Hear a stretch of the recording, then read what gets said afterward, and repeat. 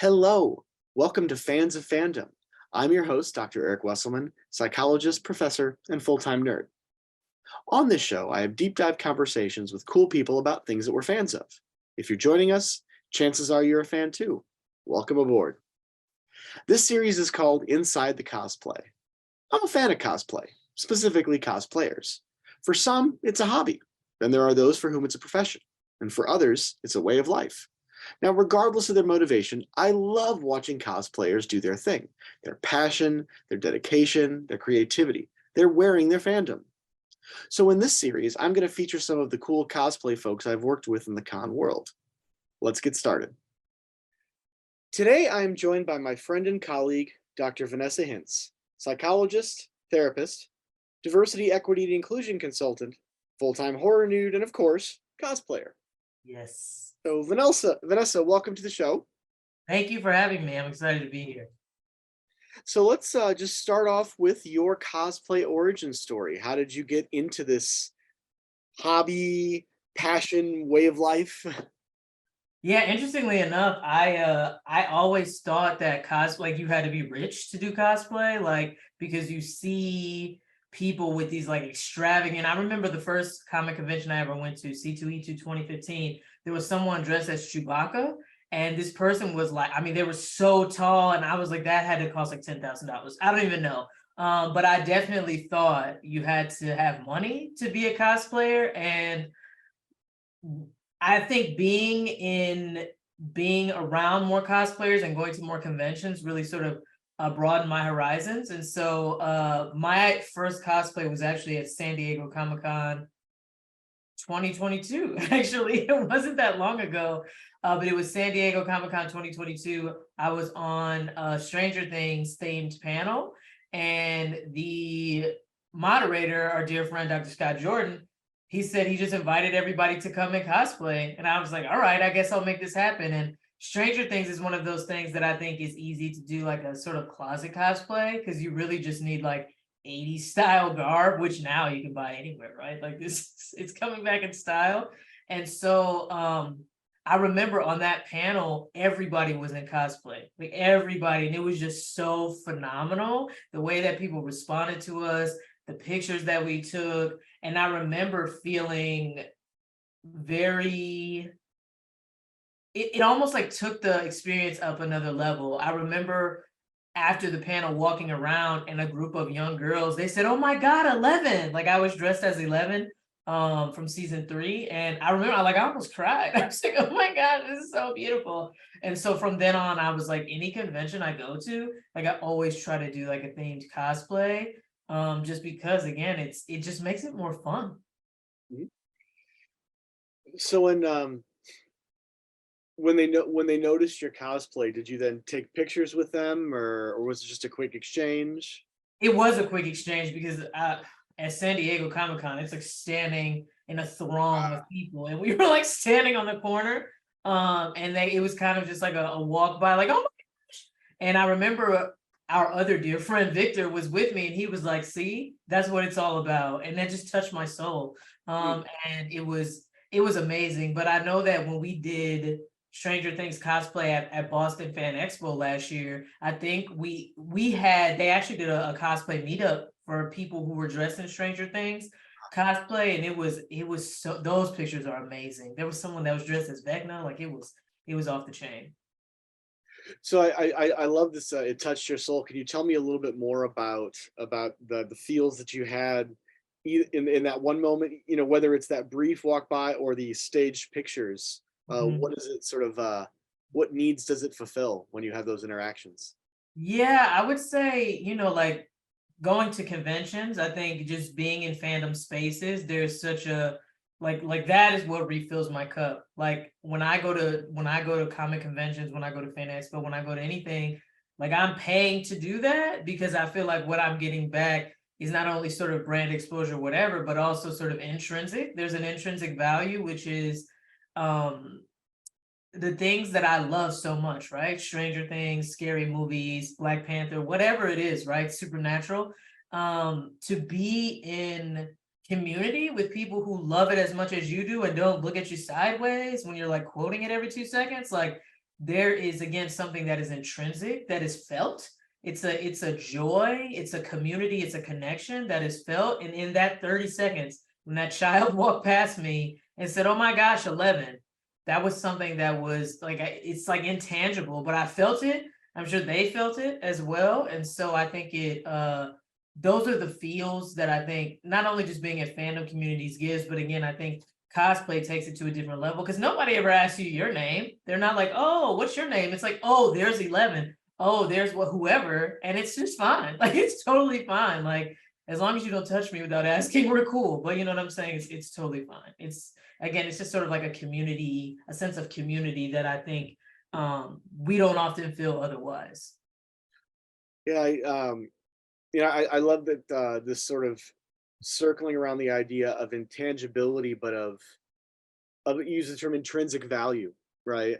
And I think that's very important when we talk about fandom, whether it's cosplay or I mean, really any fan space, even as far as going to a sports game, whatever the sport of choice is. Exactly. That's really, I mean, all of course, cultural value gets placed differently on these different things. But when I teach on fandom, I often will talk about the importance of all of these things are they're enjoyed for their own sake. I mean, yes, there Yes. are some people who want to make money either because of a profession, or perhaps because they want to accrue memorabilia that they would then sell, and that's fine, but it doesn't have to have any Yes. more tangible value than just the fact that we enjoy life. And I feel like that in of itself is worth celebrating. Yes, yes, that's beautiful what you just said because I think all the conventions I go to, right? Like it's sort of like a parallel process. Like, yes, I go there for brand exposure and because I want to get discovered and all of those things. Yes, and if none of that happens, what I experience in community with people at FANG, it's not like I'm gonna stop going. You know what I'm saying? I'm gonna go regardless. And I think it's exactly what you just said. That's so beautiful. I think, speaking of sports, right? Which again, I hope nobody gets upset with me about this, but my dad has been a Cleveland Browns fan for his entire life, right? And when is the last time they won anything? So clearly he has some sort of like intrinsic benefit that he gets from being in community with that team, right? And I would argue that that's his fandom. And I would argue that that's where he and I can draw a bridge of connection with, when I'm trying to explain to him what comic conventions are and why I go there, I say, "Hey, it's the same reason that you love the Browns, even though they don't really do well." You know what I'm saying? It's Yeah, not about that. It's about how it makes you feel. yeah, excellent, excellent. um so let's talk about I know you're still relatively, I mean, that wasn't that long ago that you had your first cosplay, but I know you've done several. So of the ones that you've done so far, which would you put out as perhaps your favorite cosplay? Okay, I have two. And that's because I feel like I'm morally obligated to talk about supernatural in any space that I'm in. And so my favorite supernatural cosplay, which a majority of the ones that I've done have been supernatural themed. I dressed up as the gym teacher, season 4, episode 13, after school special. And I first of all, it just came together, right? Like I didn't know what it was gonna look like. Me and Jensen Ackles have very different body types, right? Like so I didn't know what this was gonna be. I didn't know how it was gonna go. I had on those like mall walker shoes. And I was just like, I don't know what this is gonna be like. And it came together beautifully. And the way people responded, because I actually was at a supernatural themed convention when I debuted that cosplay, and the way that people responded and the way that people wanted to take pictures and they were like, "You look amazing." Like it was phenomenal. So that would be my one of my top.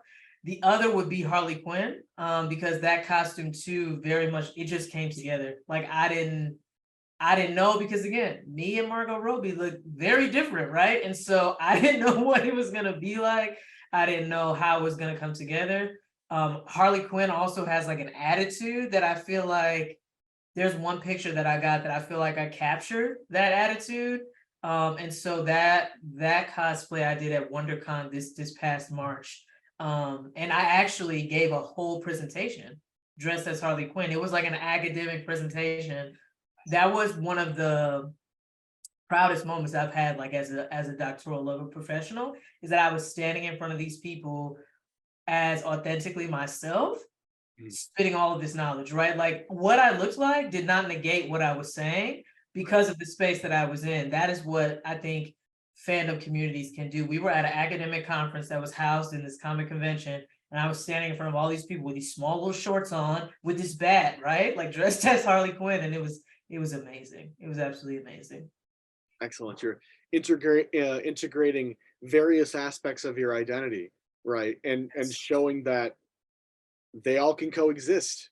Yes, yes, 100%. And that's like what I hope to convey in all the work that I do, right? Whether we're talking about DEI, teaching, whatever, is that you are your best when you are authentically who you are, right? And when you feel like you have to hide or suppress aspects of yourself, or you're going to be devalued in some way, I want people to not feel that way, right? So that's why I cosplay. That's why I do what I do, because I want to inspire that joy in other people.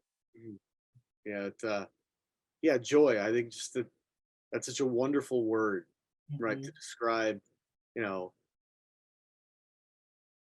fan spaces generally, right? But I mean, just when you see people either cosplaying or, like you mentioned, your dress is a very particular episode of Dean, right? So and one that's niche, right? It's not like you're wearing the regular Dean jean jacket, right? Yeah, Uh, yeah. so I mean, even the ascot, right? I mean, there are memes with Scooby Natural, right? So were you at all concerned that someone might not get the reference? Not at a supernatural convention, Right. no. And I actually did a Scooby Natural Dean cosplay as well. That's probably my second favorite supernatural cosplay. Is the Ascot Dean from Scooby Natural. But again, I think the supernatural fandom also is very niche, I think, which is a good and a bad thing. But I think people that coaches Dean as the gym teacher is so distinct that I think anybody who's ever seen the show ever knows exactly what that is. And so I think that outside of that, I think outside of the supernatural fandom, people are probably like, what? And it's not for them. You know what I'm saying? It's not, which again is not a shade. It's Right. for me. You know what I'm Yeah. saying? And Yeah. again, I think it's even people who don't know, right? They see that costume and they're like, this is a thing. I want to know what this thing is. And I feel like a proud parent whenever anybody asks me about Supernatural. I start showing people pictures. I'm like, look at this. Like, this is why you should love it. And I think that cosplay, any cosplay, right, can be a gateway to those types of conversations again that, like we were talking about, are so filled with joy. Like when I'm talking about something I love, whether you know it or not, it's hard not to be infected by this. We've all heard Scott talk about The Expanse, right? I don't know nothing about The Expanse, but I want to watch it when I hear him talk about it because of the amount of joy that there is. And that's what I think, again, in these fandom spaces we bring to each other. Mm-hmm. Yeah, it's in fan spaces there are the niche, very specific conventions, and then there are the broader pop culture ones. And in either space, you're going to be around with folks who are at least generally like you. The more niche, you realize you're going to have much more in common. But even still, there's diversity within that. There are some who choose to do the jean jacket dean, the Scooby Natural dean, the gym teacher dean. I'm sure there are other deans, right? So I love how you use the term, this is for me, right? So you're picking something that resonates with you. And Mhm, if someone else gets it, even though you're all there for supernatural, right? mhm. The people who really like it, is it reasonable to say you feel a little bit stronger connection with those folks, at least in that moment? Yes, I would say the supernatural convention, I've been to one thus far in my life, and I've probably been, I don't even know to how many like general, fan conventions. That was different. Like that was a different vibe. And I think again, because when you love something enough to go to a themed convention about it, right? Like you really love it, especially the amount that you have to pay, right? To go to a convention like that. And I think that there is a different type of connection. Like I wouldn't place a value on it. I think it's just different. It's different. It's kind of like the way you feel about your siblings versus maybe the way you feel about your cousins or something like that, right? Like there's love there, there's joy there, there is something different, I can say one obscure line from the show and you've come back immediately and you know what the next line is. Right. There's something about that connection that I think is very special. And again, I wouldn't say better or worse. It's just different because even the energy we had in the space at San Diego Comic-Con, we were talking about Stranger Things. I love Stranger Things, not like I love Supernatural. Like I can't quote it like I can quote Supernatural, but the amount of sharedness, that I'm just gonna make up that word, sharedness that was in that space because everybody was there because they love that thing. It it's all special. I think it's just what, like you said, what is it that is. I used to say this to my clients, what emotional nerve is that rubbing up against in me, right? And again, when I hear Scott talk about the expanse, my mom loves the expanse. And so there's like a connection that I feel, even though I don't know what y'all talking about, but that makes me think of my mom. You know what I'm saying? It's like there are these different types of connections that again, I don't think are better or worse. They're just special in their own way.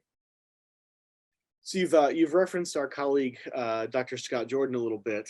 So I'll pivot there to give the audience a little more context. We've worked on him with ReggieCon and a variety of different cons and nerd spaces. You have done some cosplay photos and team ups with him, right? So you want to talk a little bit about the cosplay that you did with Scott?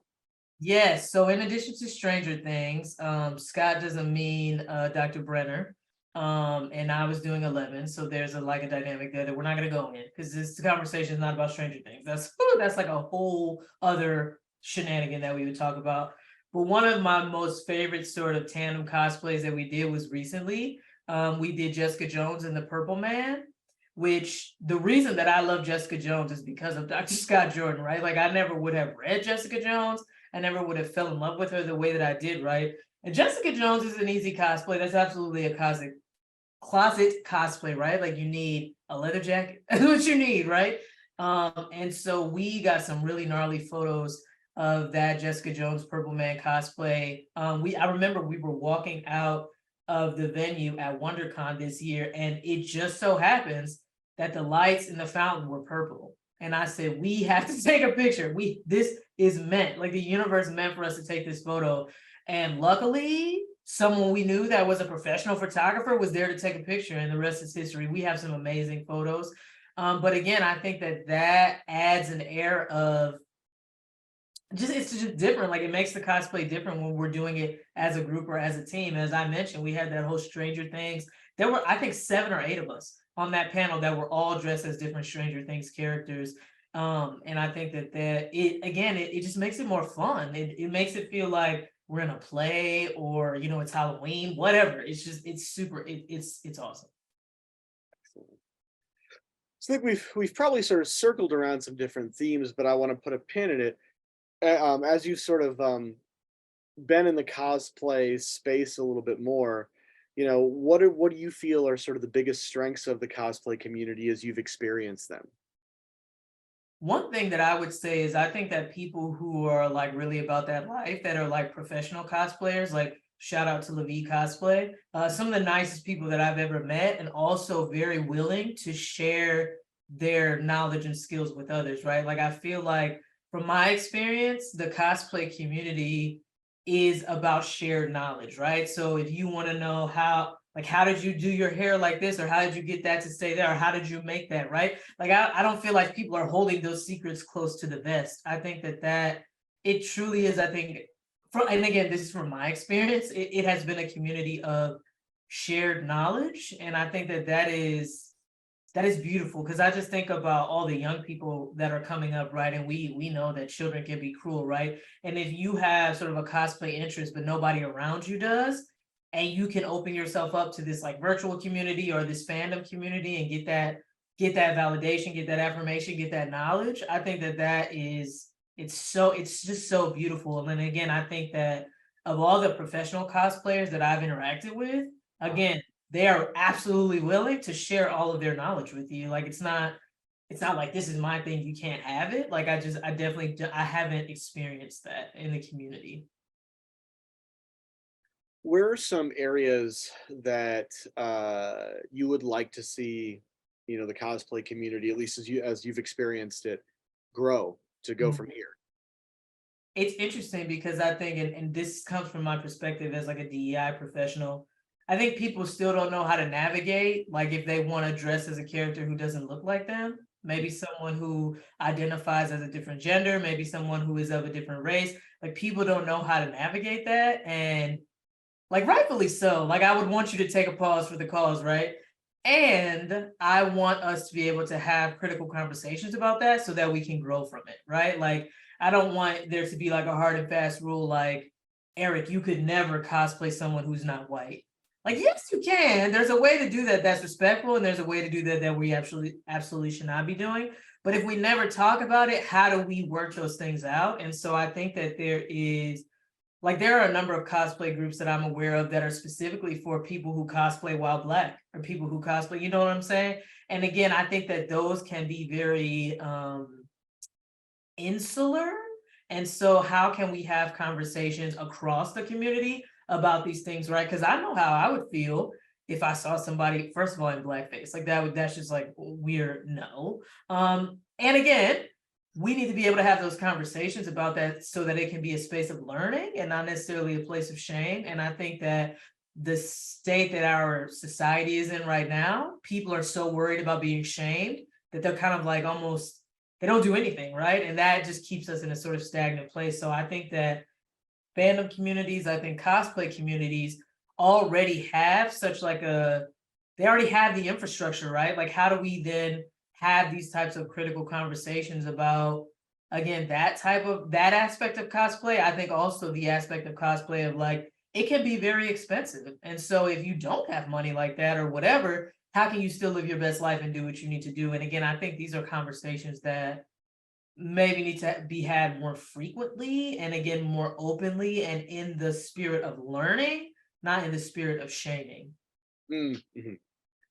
What are some other with your DEI professional hat on, right? What are some other thoughts you've had about cosplay generally, the benefits, the way that it can be used, like you mentioned, sort of perhaps is spurring on certain conversations. What are some other sort of I guess percolating ideas you have about how these spheres can connect?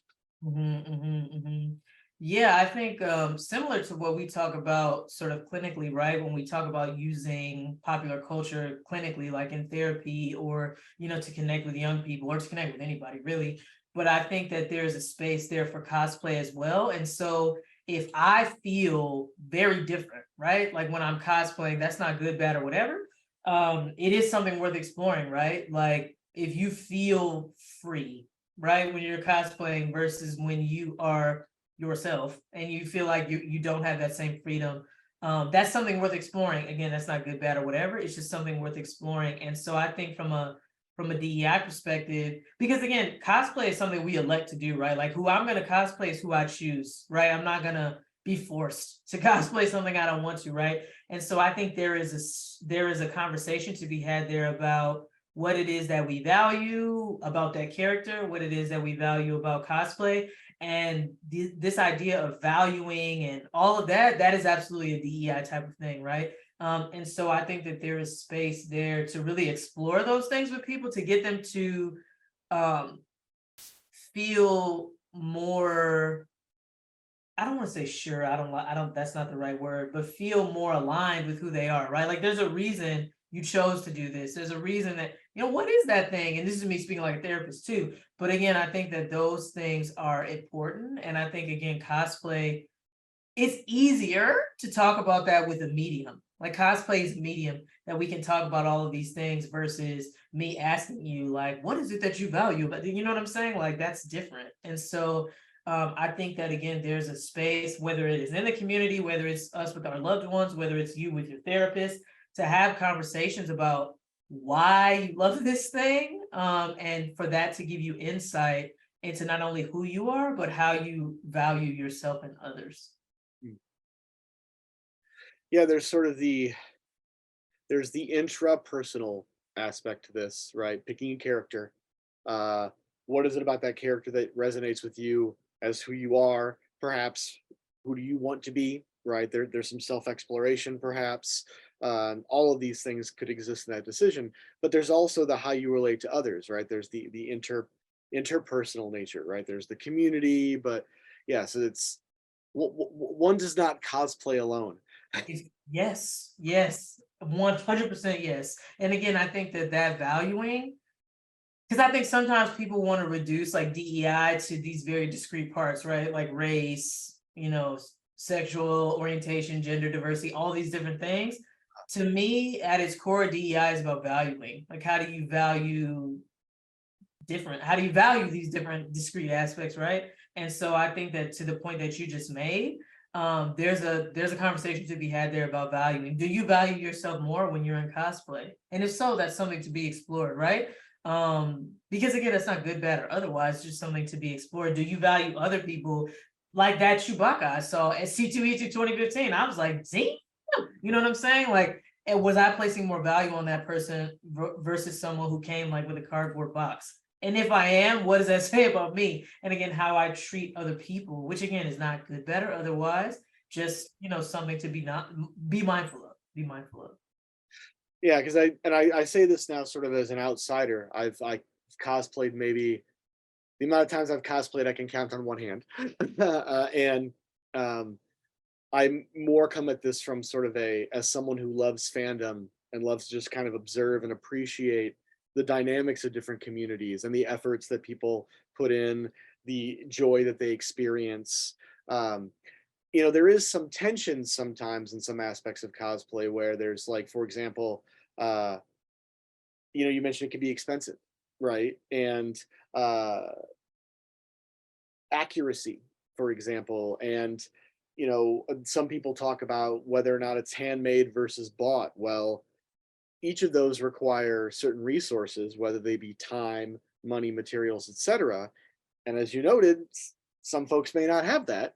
Exactly. And how do we as outsiders or as folks in the community respond to those sorts of things? And that, is important to sort of be mindful of, Mhm. right? Mhm. And perhaps it matters more if you're competing and what type of competition, as opposed to just, are you there as, I was going to say civilian of sorts. I don't know if that's the right word, but like, are you Yes. there to cosplay just because you want to and you want to be among folks, or do you want to get the pictures? Do you want to become cos famous? Do you want to compete? And so there are, knowing perhaps what you want, being mindful of that as you're making your decisions, as you interact with others, are things to always keep in the conversation. If I'm Yes. understanding. Yes. 100%. And I think so my good friend Shelly, Dr. Shelly Clevenger, she makes her costumes, right? Like, she's dope. Like, she can sew and she can do all these things, right? And I remember saying something to my husband about that. Like, I wish I could do that. And I remember feeling bad, right, about not doing that, because I'm absolutely the person that's gonna buy it, because I don't sew. I don't know how to sew, right? And so anything that I wear, I bought it. Like, it's gonna be just that, right? And I remember even having that moment of tension with myself, like, why does that make your costume any better or worse? Or why does it make hers any better? It's not, right? It's just different. And I think even, like, I love what you said about understanding why you're doing what you're doing, right? So the reason that I chose to cosplay at the Supernatural convention, for example, is because to me cosplay is just fun, but also it was a reflection of my specific type of supernatural fandom. So every costume I did was Dean, because he's my favorite, right? But they were all Dean, and they were all from episodes that I feel like they mattered to me, right?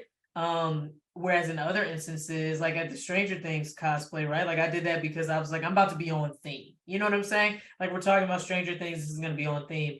And again, for people who do it for fame, which again, I'm not about to tell you shouldn't. Like, live your best life. If you can do that, like, if you have time, space, and opportunity. But I think, like you said, that clarity as to what is it why am I doing this? I think is sort of like what we were talking about, that sort of insight and clarity about yourself and your values and your purpose. I think as a therapist, that's what we're looking for, right? That's what we want people to be able to articulate. You know what I'm saying?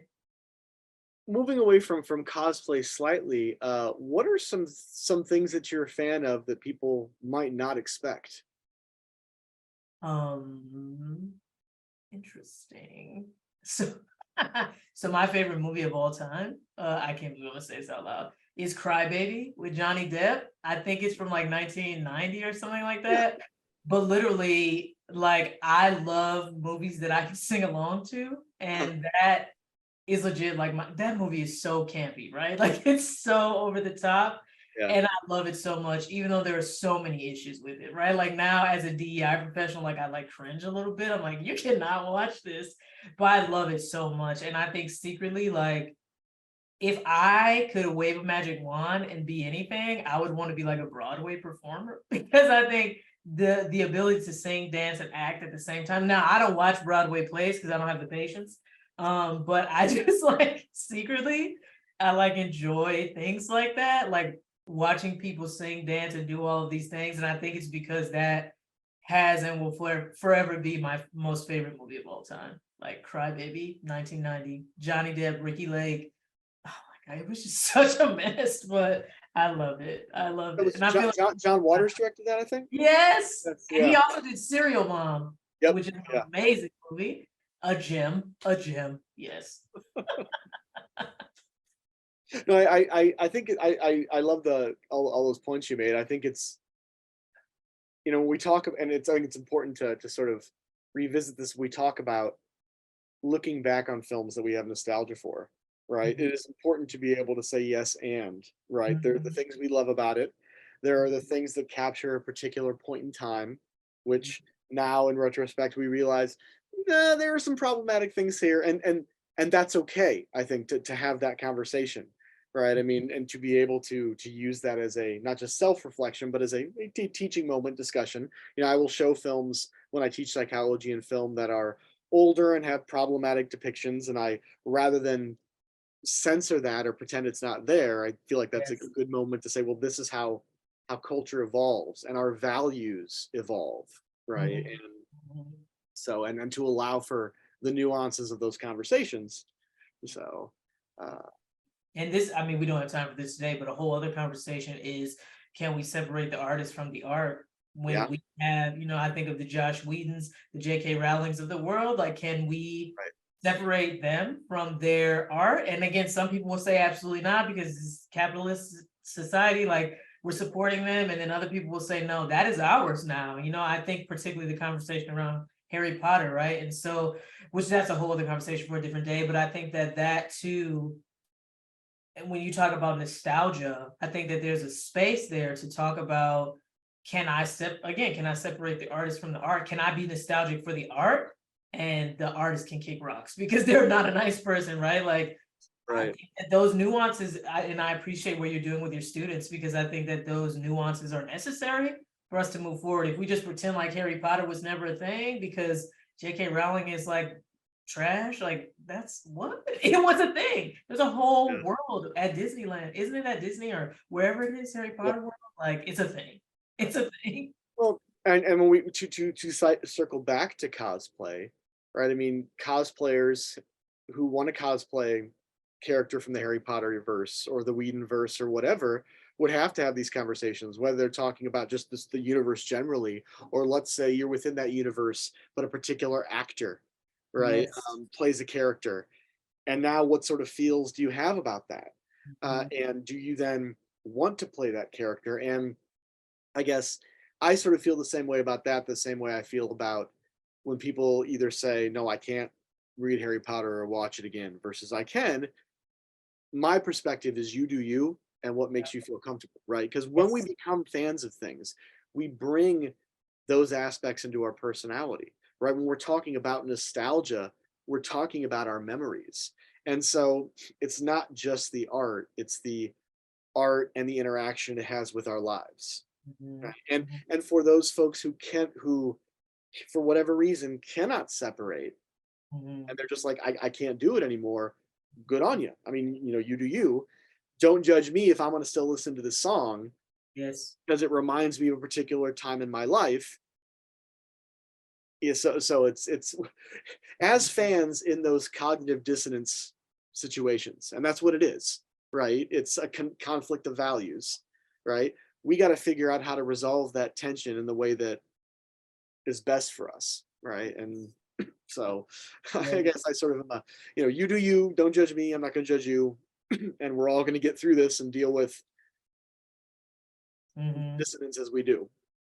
Yeah, just the last thing I'll say about it, shameless plug. Both you and I contributed to the Stranger Things psychology book, Yeah. and that's exactly what I wrote about in that book was the representation of blackness in Hawkins in Stranger Things, which I have a whole host of issues with, and I still love that show. And I think that I recently recorded a conversation that I'll share on my podcast about it, where all of the issues that I presented in that chapter, right, of how I feel like the Duffer Brothers missed the mark in Mhm. terms of their handling of blackness in the show. I still watch it and I will watch it several times over, right? And how that tension that I had to deal with, that is exactly what you're just describing. Like I had to figure out how am I going to do me in this situation, right? And I love what you said. And again, I think that that is the type of spirit we have to carry forward, right? It's like you, as long as you doing you doesn't encroach on my sort of like being as a person, like violently or any other kind of way, do you, fam? Like that don't got nothing to do with me. You know what I'm saying? And I appreciate what you said because again, I even think in even supernatural, like a lot of people of color have a problem with supernatural because again of the lack of diversity. Which that's a whole other conversation. But I think that I too had to deal with that tension, right? Like I'm a whole like black woman in love with this show. How do I navigate that tension? Because it's there, and I feel like I have to do it constantly. Even me dressing up as Dean, I'm a whole black woman dressing up as this white man, this very like stereotypical white man, right? And how do I deal with that? But the interesting thing, just to bring it full circle, nobody at the Supernatural convention said anything about that. You're a woman dressing as a man, you're a woman dressing as a white man, you're a black. No, that was not even a thing. Like, no one was like, you can't do that. There was none of that, right? And again, why not? Right. I would argue it's because of the love that was in that space. That didn't even come up. You know what I'm saying? So wild. Well, since you sort of you've given us a nice little teaser trailer of your podcast, that episode, um, let's talk a little bit about where folks can find you online, all the different hats that you wear, to learn more about your psych geekdom. So, Yeah, absolutely. So the easiest place is I have a website, drvanessahintz.com. And there is where, again, all of these different aspects of my professional identity converge. So the DEI space, the psych geek space, it all sort of converges there. It also converges on my podcast. So I have a podcast that's called About That. And it essentially takes a deep dive into the psyche of pop culture. And I just talk about all the things that I love. Essentially, this conversation is very akin to what I talk about on the podcast. And again, for me, I always have a DEI hat on. It's impossible for me to take it off. So when I'm talking about the things that I love, like I've done episodes about Black Panther, Ninja Turtles, horror. Like that's always the lens at which I come at it from, right? Like as a psychologist, but also as a DEI professional. And so I'm also across all forms of social media at Dr. Vanessa Hintz. Very easy to find me, but again, if you go to the website, you can get to all of those things sort of in a couple of clicks. excellent, excellent. Any last words for our viewers? Anything take home messages? The last words. It's so ominous. I just want to thank you, Eric. I really appreciate this.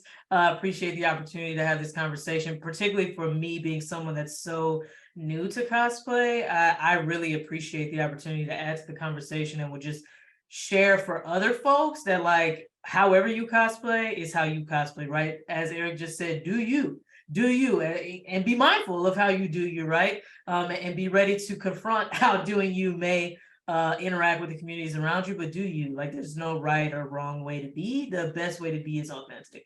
So that's what I would leave everyone with. Excellent. All righty. Well, thank you very much, Dr. Hintz, and thank you everyone for listening. Thanks all.